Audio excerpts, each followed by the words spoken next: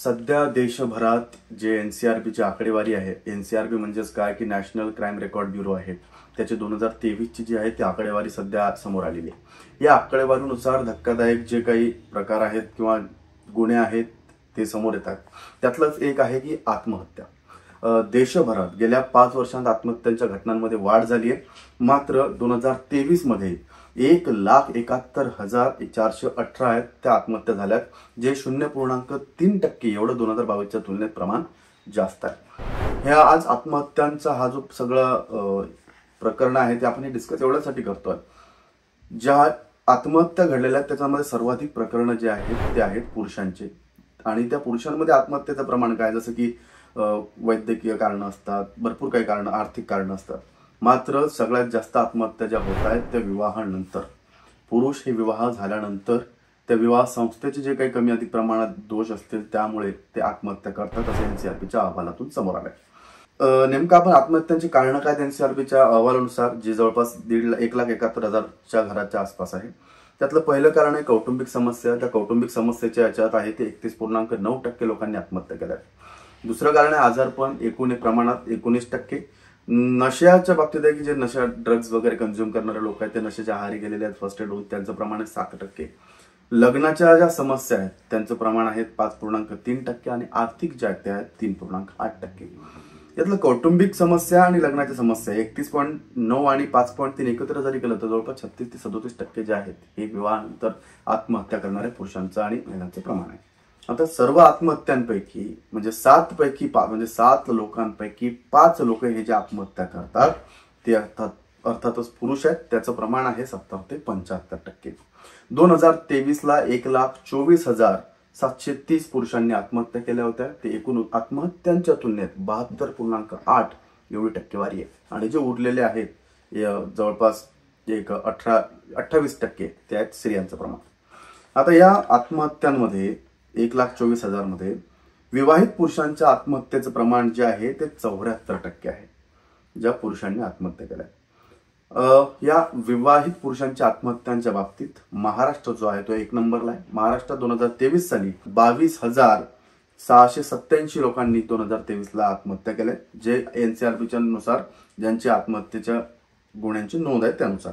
कर्नाटक 2 नंबरला आहे 13,330, तामिळनाडू 19,483 आणि पश्चिम बंगाल आहे 12,819 एवढ्या आत्महत्या केल्या। आता आत्महत्यांचं जे पुरुषांचं प्रमाण आहे, एकूण आत्महत्या ज्या आहेत कौटुंबिक आणि लग्नाच्या समस्या त्यांमध्ये ते जवळपास 36% आहे। आणि त्यातलं वैवाहिक समस्या आत्महत्या करणारे पुरुषांचं प्रमाण आहे एकूण 31.9% देशामध्ये। यातलं पुरुष आहे 72.8 आणि महिला आहेत 27.2। म्हणजेच काय की 7 पैकी 5 पुरुष हे आत्महत्या करतात। आता याच्या मागचं नेमकं कारण काय आहेत की पती पत्नीत वाद आहे, अफेअर आहे, ताणतणाव आहे, लग्न मोडताना येणारा आर्थिक ताण आहेत, जसं की पोटगी वगैरे आणि इतर वैवाहिक संघर्ष आहेत, ते यामागं कारणीभूत आहेत।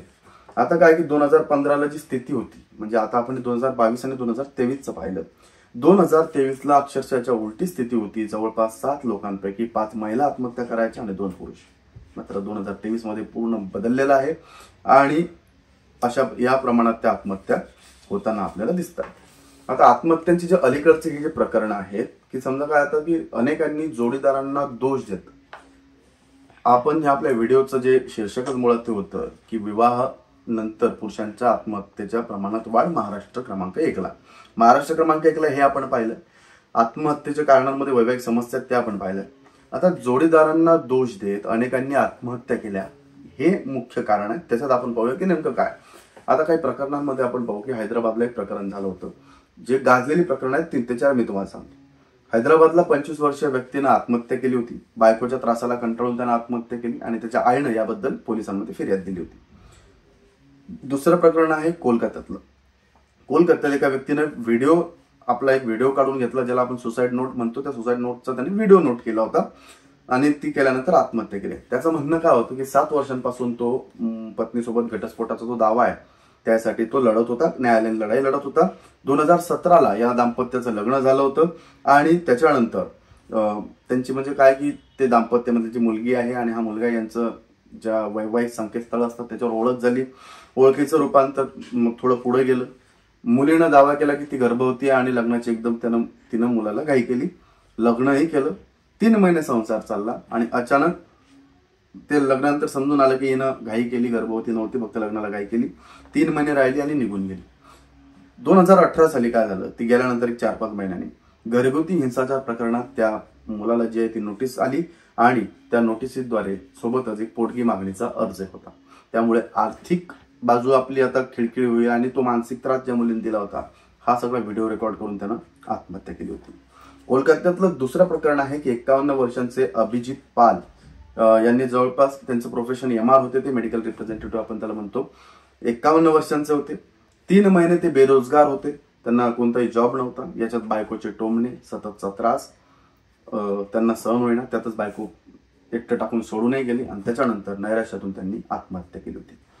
चौथं प्रकरण आहे बंगळुरूतलं, जे सध्या खूप गाजलं, एक IT अभियंता, सॉफ्टवेअर इंजिनियर आहे, अतुल सुभाष यांनी आत्महत्या केली होती. त्यांच्या पहिल्या पत्नीकडून आलेल्या आर्थिक आणि कायदेशीर दबावामुळे त्यांनी आत्महत्या केल्याचं आपल्याला सोसायटी नोटमध्ये लिहून ठेवलं होतं.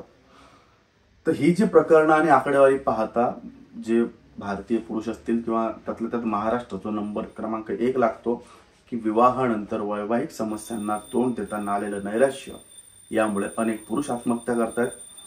नेमकं प्रकरण हे जे आहे हे फार जीवावर उदार होईपर्यंत, जीव गमावण्यापर्यंत चाललंय. शासन यावर काय निर्णय घेतं, काय नवीन सुधारणा करतं पाहण्यासारखं असेल. सध्या उच्च न्यायालयात, सर्वोच्च न्यायालयात सुद्धा पुरुष आयोग स्थापन व्हावा यासाठी सुद्धा एक मागणी जोर धरते. 2023ला तशी याचिकाही टाकण्यात आली होती. सध्या ते न्यायालयीन प्रकरणात ते गुंतलेलं आहे. नक्कीच या सर्व जी आकडेवारी ही आहे ती खूप चिंताजनक आहे. हा व्हिडिओ तुम्हाला कसा वाटला आम्हाला कमेंट करून नक्की सांगा. पाहत राहा लेट्स अप मराठी.